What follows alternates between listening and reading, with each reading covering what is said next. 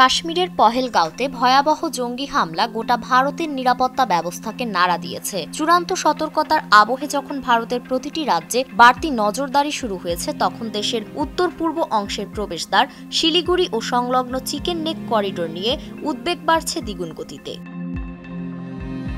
একদিকে বাংলাদেশ, আরেকদিকে নেপাল, মাঝখান দিয়ে সংকীর্ণ এক অঞ্চলের নাম শিলিগুড়ি করিডোর। এ জায়গাটির খুব কাছেই রয়েছে ভুটান ও চীনের সীমান্ত, যে কারণে করিডোরটি এই চার দেশের মাঝখানে পড়েছে। মাত্র 22 কিলোমিটার চওড়া এই করিডোর ভারতের উত্তর পূর্বাঞ্চলীয় 7টি রাজ্যের সাথে পুরো ভারতের যোগাযোগের একমাত্র পথ। সাধারণ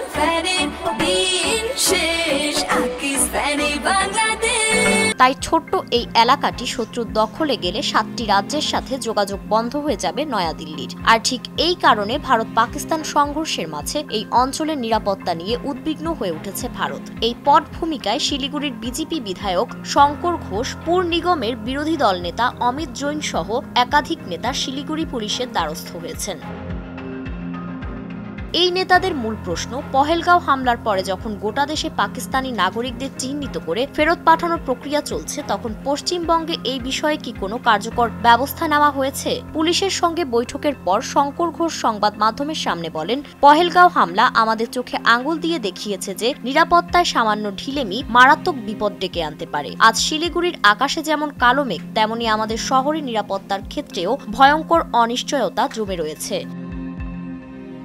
তিনি আরো বলেন, দেশের স্বরাষ্ট্র মন্ত্রক নির্দেশ দিয়েছে পাকিস্তানি নাগরিকরা যেন নির্ধারিত সময়সীমার মধ্যে ভারত থেকে চলে যান, কিন্তু পশ্চিমবঙ্গে এই নির্দেশ কতটা মানা হচ্ছে তার কোনো স্বচ্ছ তথ্য মানুষের হাতে নেই। এই প্রসঙ্গে পুলিশের কাছে অনুরোধ জানিয়েছি, শিলিগুড়িতে যদি কোনো পাকিস্তানি নাগরিক লং টার্ম ভিসা নিয়ে থাকেন, তাহলে তাদের বিষয়ে দ্রুত তদন্ত করে যথাযথ ব্যবস্থা গ্রহণ করা হোক।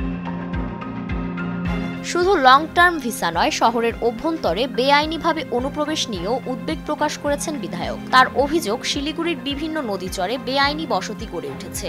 অনুপ্রবেশকারীরা নিজেদের অবস্থান মজবুত করতে নানা ধরনের ভুয়া নথিপত্র তৈরি করছে। রুম ভাড়া নিয়ে যেখানে 4-5 জন থাকার কথা, সেখানে 20 থেকে 25 জন গাদাগাদি করে থাকছেন। প্রশাসনের চোখের সামনে বেড়ে উঠছে এই অদৃশ্য ঝুঁকি।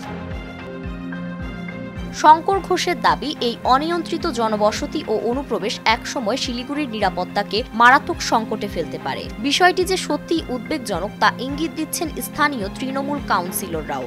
সব মিলিয়ে শিলিগুড়ি শহরের বর্তমান নিরাপত্তা পরিস্থিতি নিয়ে তৈরি হয়েছে গভীর উদ্বেগ। ভারতের এই স্পর্শকাতর অঞ্চল যদি একবার পাকিস্তানি নাগরিকদের দখলে চলে যায়, তখন ভারতের মূল ভূখণ্ডকে দখল করা কয়েক মিনিটের ব্যবধান মাত্র। ফারিন রহমান প্রীতি, নয়া দিগন্ত।